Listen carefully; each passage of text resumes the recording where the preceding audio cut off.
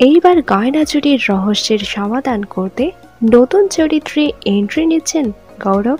সম্প্রতি 2 শালিক ধারাবাহিকে আবার ফিরে এসেছে সে টান টান পর্ব। গয়না চুরি করতে দেখা গিয়েছে আঁকিকে, আর বাড়ির সকলেই সিসিটিভি ফুটেজে দেখতে পেয়েছে তাকে। এইবার বাড়ির সকলেই জেনে যাবে আঁকি কোথাও না কোথাও রয়েছে।